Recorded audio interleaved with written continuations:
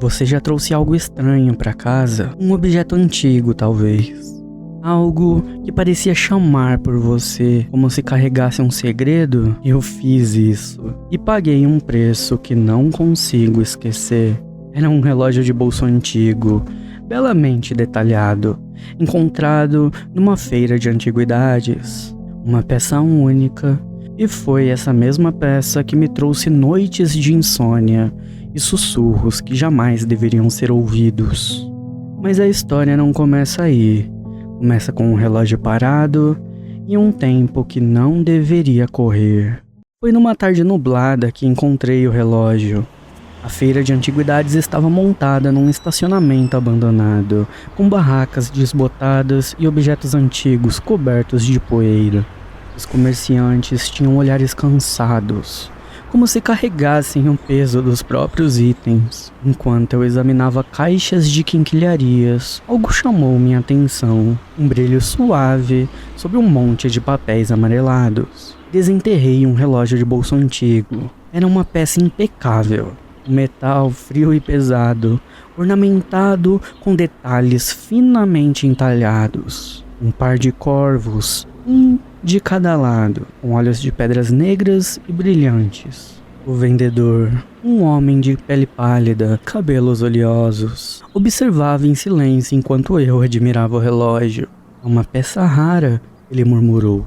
Já pertenceu a um relojoeiro obcecado pelo tempo. Dizem que ele queria prender a própria alma no mecanismo, mas algo teria dado errado.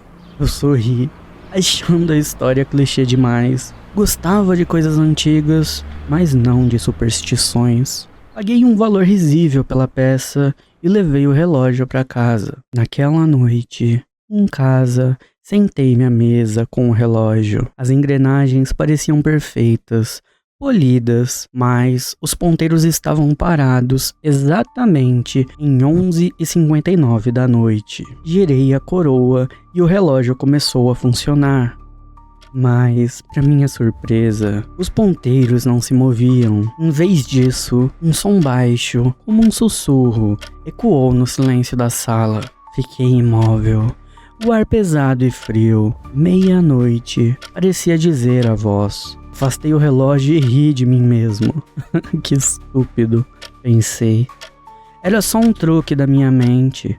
Deixei o relógio sobre a mesa e decidi dormir.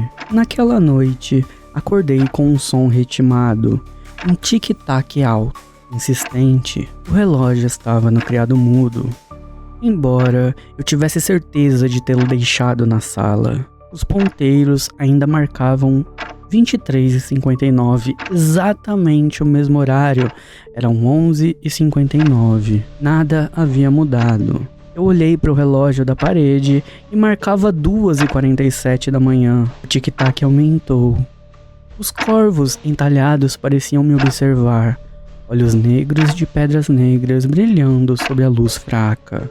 Quando estendi a mão para fechar o relógio, um sussurro mais claro que antes ecoou.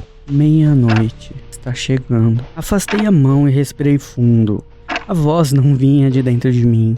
Fechei o relógio com um estalo e o som cessou. O quarto ficou em silêncio sepulcral, mas eu sabia que algo havia mudado. Na noite seguinte, o som voltou. Ainda mais alto, mais ameaçador. E sempre, sempre o mesmo sussurro. Meia-noite. Está chegando. Os dias passaram e o relógio parecia se mover por conta própria, sempre em locais inesperados. A mesa, pia, cama. Eu podia jurar que os corvos entalhados mudavam de posição, as pedras negras sempre me encarando. Na quarta noite, tomei uma decisão desesperada. Peguei um martelo e esmaguei o relógio. O metal dobrou e estilhaçou, mas o tic-tac continuou. Uma sombra rastejou pela parede, projetada por algo que não estava ali. Meia-noite. Chegou. O quarto escureceu, o tic-tac suava como um coração apressado.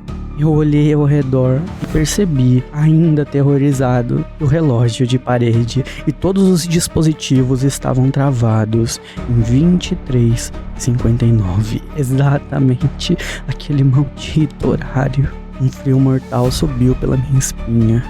Então, o sussurro virou um grito e as luzes se apagaram de vez, deixando apenas o som incessante do tic-tac. Quando a escuridão finalmente cedeu, eu estava sozinho, segurando o relógio, como se nunca tivesse sido quebrado. E às 7 da manhã, fui até a igreja mais próxima, pedindo ajuda ao padre local, para que ele pudesse me ajudar a me livrar desse maldito relógio. O padre levou o relógio com ele, ainda com as mãos trêmulas, e eu nunca mais vi aquele relógio ou escutei aquele maldito tic-tac. Então, você levaria um relógio amaldiçoado para casa, ignoraria os sinais, achando que não passa de superstição?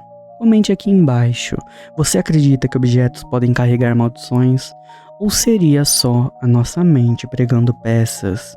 Deixe o like se você curtiu essa história e se inscreva para mais contos como esse.